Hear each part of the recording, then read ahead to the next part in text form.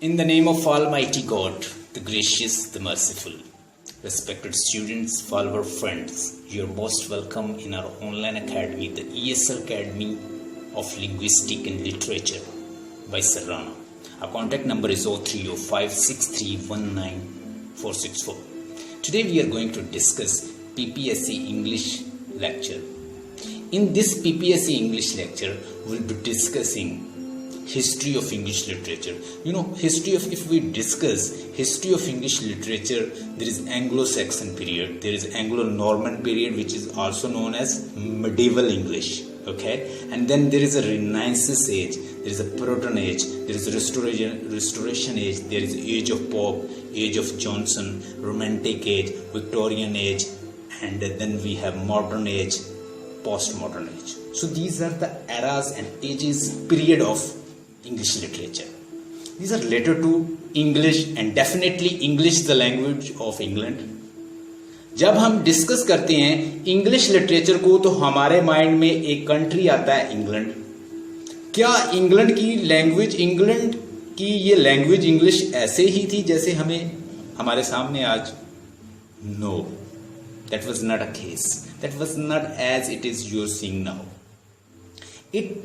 It has got lot of development, evolvement, and after that it has final got its form.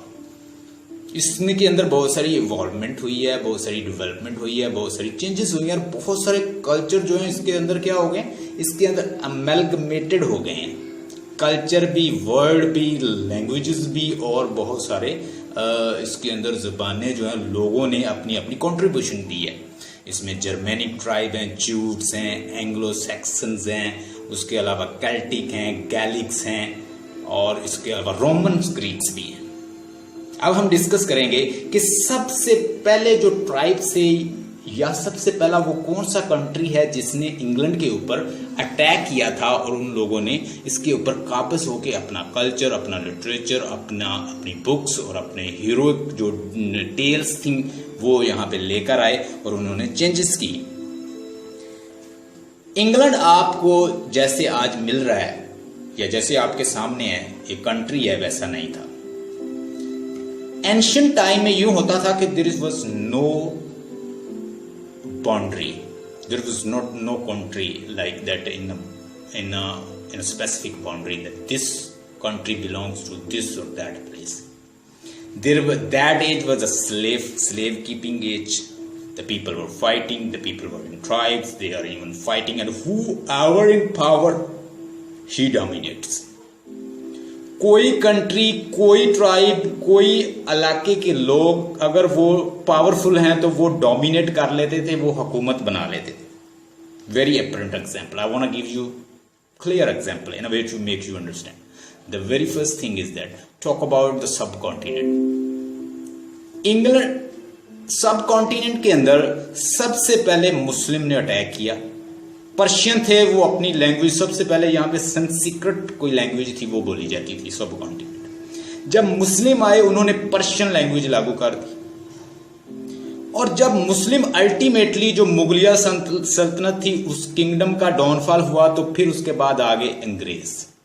English लोगों ने अपनी जो language थी वो प्रवेल कर दी, अपना लिटरेचर, अपने राइटर, स्कॉलर और यहाँ पे बहुत सारी ब्रिटिश काउंसिल्स और इस तरह के अदारे, इंस्टीट्यूशन बना दिए जो उनकी लैंग्वेज को प्रमोट और उसको तरवीज देते थे. यानी whoever in a power that will get ultimate domination. Michael Foucault ने एक बुक लिखी, वो कहता है कि knowledge and power, it is ultimately power that determines knowledge. जिसकी पावर होती है वो अपनी लैंग्वेज, अपना नॉलेज प्रिवेल करता है या डोमिनेट करवा लेता है. कैसे? In the form of book, in the form of scholar, in the form of literature, culture, वो अपना प्रिवेल कर लेता है. फॉर एग्जाम्पल प्रेजेंट एरा के अंदर अगर आप देखें तो इंग्लिश जो है वो डोमिनेट करती हुई नजर आती है.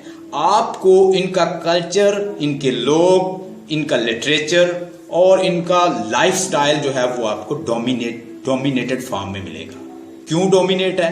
कि उन लोगों ने डोमिनेट किया हुआ है कल्चर वाइज और अपनी आइडियाज वाइज, लिटरेचर वाइज, हर तरह से उन लोगों ने उसको ट्रांसफॉर्म कर लिया है, लोगों को ट्रांसफॉर्म कर दिया है। कैसे? अपने लिटरेचर के थ्रू, अपने फिलोसफी के जरिए, और अपने जो ओरिएंटलिस्ट जो उनके स्कॉलर हैं वो इतने हाइड किए हुए हैं कि वो उनका जो डाटा है वो लिखते रहते हैं और हम अल्टीमेटली उनकी चीज़ों को ही पढ़ते हैं और हम कहते हैं कि दे वर द ट्रू स्कॉलर, जबकि ऐसा नहीं है। आप किसी भी लैंग्वेज में जाएं, जैसे कि एडवर्ड सईद ने कहा था कि अगर आप यहां से एक स्कॉलर को ले जाएं, उसे आप यूरोप के किसी डांस पार्टी में बिठा दें तो वो कहेगा कि ये अनकल्चर्ड लोग हैं। वहां से कोई इंसान आप यहां ले आए अरब के अंदर तो वो हमें कहेगा कि ये अनकल्चर्ड हैं, ये लोग अनकल्चर्ड हैं, ये लोग ठीक नहीं है, इन्होंने औरत को कैसे ढांप के रखा हुआ है, औरत को ये क्यों नहीं खुला छोड़ते और औरत को इस तरह की आज़ादी क्यों नहीं है। तो इट डिपेंड्स अपॉन कल्चर, ये कल्चर के ऊपर डिपेंड करता है कि आपका कल्चर कैसा है। जैसा कल्चर होता है वैसे लोग हो जाते हैं और अल्टीमेटली लोग भी वैसे ही बिहेव करते हैं। अब यहाँ पे हमने एक एग्जाम्पल यूज की सब कॉन्टिनेंट से, और इसी तरह सबसे पहले इंग्लैंड के अंदर जो पहला अटैक किया था इस आइलैंड के ऊपर, जो अटैक किया था बिफोर क्राइस्ट रोमन ग्रीक्स ने, they were the Roman Empire. There was a Roman Empire that was in power. You know, Aristotle, Plato, and Sophocles, Aeschylus, Euripides. You still know about them. आपने इनके नाम सुने होंगे। कहते हैं कि Aristotle जो कि बिफोर क्राइस्ट था और क्राइस्ट से भी पहले था, और फिर ये कौन सी एज है? राउंड अबाउट हजरत मूसा अलैहिस्सलाम, यानी उस एज में अरिस्टोटल, प्लेटो, सोक्रात ने वो बातें कही हैं कि अगर हम आज पढ़ते हैं तो हम हैरान हो जाते हैं कि किसी ना किसी फॉर्म में अगर सोक्रात को उन्होंने सजा दी थी तो सोक्रेट को सजा देने के लिए लोग इकट्ठे हुए थे और उन्होंने वोट दिया था, तो अल्टीमेटली उसको सजा, क्या सजा मिली थी? हेमलॉक पिलाया गया था। कि उस वक्त भी डेमोक्रेसी किसी ना किसी फॉर्मेट में मौजूद थी। अरिस्टोटल, प्लेटो के टाइम पर, सोफोक्ली के टाइम पर क्या होता था कि प्ले जो ट्रायोलॉजी की फॉर्म में प्ले 3 प्ले जो हैं वो लाए जाते थे और 3 प्ले वहां पे प्ले किए जाते थे और वो परगेशन होता था, कथारसिस होता था उस वक्त के लोगों का। तो ये एक वेल फाउंडेड रोमन एम्पायर जो थी उस वक्त मौजूद थी, उसने सबसे पहले इंग्लैंड आइलैंड पे अटैक किया 54 और 52 बीसी। एक अटैक उन्होंने, जूलियस सीजर वहां पे किंग था, उस जूलियस सीजर ने अटैक किया 54 बीसी में, अटैक किया। उसने अल्टीमेटली इंग्लैंड को अपनी एम्पायर का हिस्सा बना लिया, रोमन एम्पायर का हिस्सा बना लिया। जब रोमन एम्पायर का इंग्लैंड को हिस्सा बनाया तो उस दौरान उन्होंने 54 बीसी में दे brought their culture, their tale, their heroic deeds, their ideas, their way of dealings. So they brought lot of things along with their people. अपने लोगों के साथ वो बहुत सारी चीजें लेकर आए। क्या लेकर आए? 52 बीसी में भी अटैक किया, 54 बीसी में भी उन्होंने अटैक किया जूलियस सीजर ने। उसने रूल्ड किया इंग्लैंड को, इंग्लैंड के अंदर वो अपनी चीजें लेके आया, उस आइलैंड को उसने अपने कब्जे में कर लिया। उस वक्त वहां पे 2 लिख ले उनके नाम, एक थे कैल्टिक और एक थे गैलिक्स। ये 2 लोग मौजूद थे। आज भी जो लैंग्वेज हैं ये गैलिक और कैल्टिक्स की जो लैंग्वेज है किसी ना किसी राउंड अबाउट किसी इंग्लैंड के किसी हिस्से में आज भी बोली जाती है। जैसे वेलिश लैंग्वेज है, वेल्स, ये लैंग्वेज भी कहीं ना कहीं बोली जाती है इंग्लैंड के कुछ हिस्सों में, यानी ये डायलेक्ट की सूरत में थी ये लैंग्वेज, इंग्लिश से मिलती जुलती। 2 अटैक किए किसने? रोमन ग्रीक्स ने, रोमन एम्पायर ने 2 अटैक किए और इसको अपनी सल्तनत का हिस्सा बना लिया रोमन ने। ठीक है जी। 450 ईयर्स तक ये लोग रूल्ड करते रहे। They ruled around about 450 years. किसके ऊपर? इंग्लैंड के ऊपर। They ruled England, they brought their literature, their culture, their tales, their brave soldiers, ये सब कुछ ये साथ लेकर आए और अब इन्होंने इंग्लैंड के अंदर जो गैलिक और कैल्टिक लोग थे उन्हें मार मार के भगा दिया और ये वहां पे काबिज हो गए। ठीक है जी। उसके बाद इन लोगों ने वहां पे इंग्लैंड के अंदर लैटिन और ग्रीक लैंग्वेज को इन्होंने वहां पे इसको डेफिनेटली नाफिज कर दिया। माइकल फूकल का एक कॉल है, वो कहता है कि that is ultimately power that determines knowledge. ये पावर है जो डिटरमिन करता है कि आप क्या इम्पोज करते हो। If you are in power you can enforce your law, your language, your literature, your culture, you can enforce it by force. You can enforce यानी आप फोर्स से भी उस चीज को इंप्लीमेंट कर लेते हो। मुस्लिम चूंकि सब इस कॉन्टिनेंट में बहुत कम थे, लेकिन मुस्लिम जो थे वो पावर में ज्यादा थे उनसे, तो इन लोगों ने इंग्लैंड, देख लें कितने अवाम को कंट्रोल किया था इस हिंदुस्तान के अंदर। उन्होंने हुकूमत की चूंकि वो तादाद में कम थे। तो ये पावर है अल्टीमेटली जो डिटरमिन करती है आपके लिटरेचर को, आपके कल्चर को, आपकी लैंग्वेज को। अगर आप पावर में है तो आपकी लैंग्वेज भी पावर में होगी।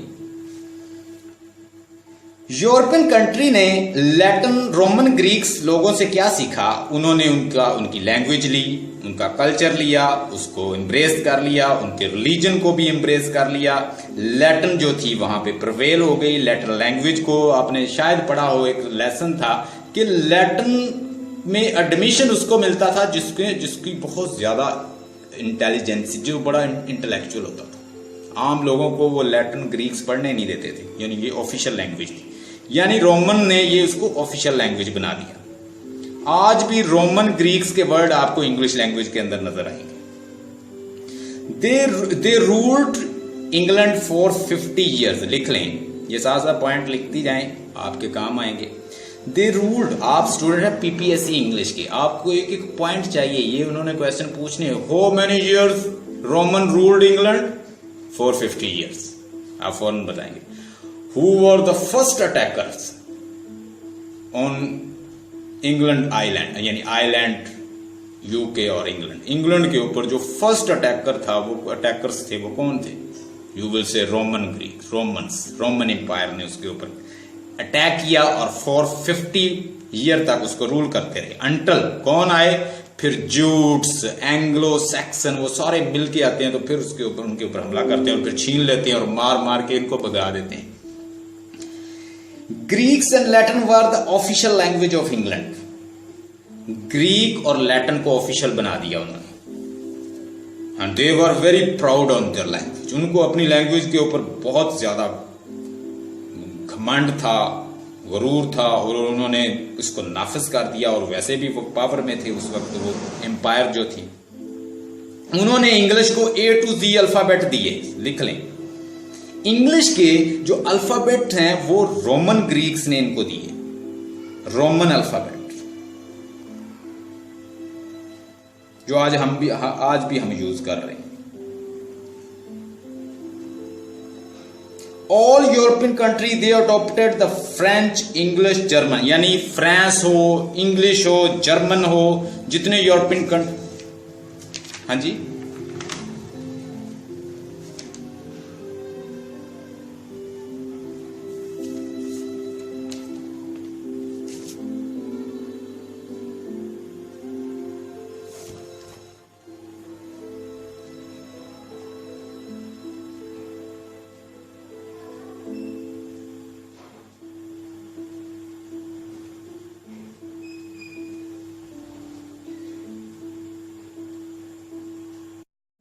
In the name of Almighty God, the gracious, the merciful, respected students, follower, friends, you are most welcome in our online academy, the ESL Academy of Linguistic and Literature by Serrano.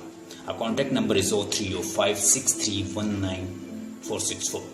Today we are going to discuss PPSC English lecture. In this PPSC English lecture, we'll be discussing history of English literature. You know, if we discuss history of English literature, there is Anglo-Saxon period, there is Anglo-Norman period, which is also known as medieval English, okay? And then there is a Renaissance age, there is a Puritan age, there is a restoration age, there is age of Pope, age of Johnson, romantic age, Victorian age, and then we have modern age, postmodern age. So these are the eras and ages, period of English literature. These are related to English and definitely English is the language of England.